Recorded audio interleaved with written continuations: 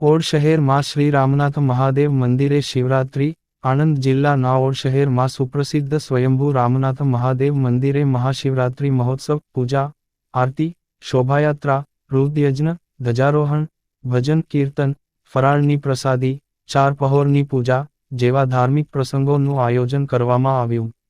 શિવ મંદિરમાં આરતી, શોભાયાત્રા, મંદિરને રંગબેરંગી રોશની, ફૂલોથી સજાવટ કરવામાં આવી. ચાર પહોરની પૂજા, મહાઆરતી, ફરાળનો પ્રસાદ સૌને આપવામાં આવ્યો. આજના પાવનકારી દિવસે સવારથી જ શિવ ભક્તોની ભીડ શિવાલય જોવા મળી. મંદિરના ટ્રસ્ટીઓ તરફથી આ મહાદેવ મંદિરે દરેક ધાર્મિક તહેવાર ધામધૂમ હર્ષ ઉલ્લાસથી ઉજવવામાં આવે છે. બહુ વર્ષો જૂના આ મહાદેવ મંદિરે સ્વયં શિવલિંગનું પ્રાગટ્ય થયેલું છે, તેથી તેનું બહુ મહત્વ છે. શિવરાત્રિના પાવનકારી દિવસે સૌ શિવ ભક્તોને આગ્રહ કરીને પ્રસાદી આપવામાં આવી. મહાશિવરાત્રિનો તહેવાર જ્યોતિર્લિંગ સ્વરૂપમાં પ્રગટ થયા હોવાને કારણે ઉજવવામાં આવે છે.